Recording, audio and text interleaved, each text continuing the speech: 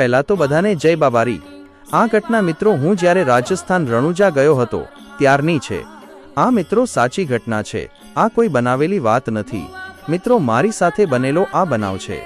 વિડીયોને પૂરો જોતા પહેલા મિત્રો જો તમે બાબારીને માનતા હોય તો પ્લીઝ યાર આ યુટ્યુબ ચેનલને સબસ્ક્રાઇબ કરીને એક લાઇક કરી દેજો। સવારે 4 વાગે અમે લોકો બધા લાઇનમાં લાગેલા હતા, મારા મિત્રો પણ સાથે હતા।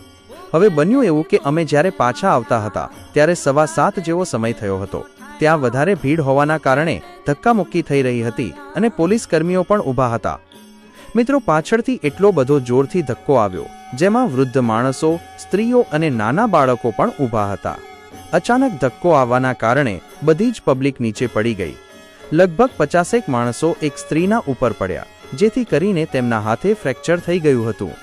મિત્રો પબ્લિક દર્શન કરવા માટે આવે છે, તેમાં પણ લાઇનમાં ઊભા રહેલા માણસો સાથે આવા બનાવો બને છે। શું તમારી સાથે પણ ક્યારે આવો બનાવ બન્યો છે? પ્લીઝ મિત્રો કોમેન્ટમાં કહેજો અને કોમેન્ટમાં જય બાબારી લખવાનું ભૂલતા નહીં। આ વિડીયોને વધુમાં વધુ શેર કરજો।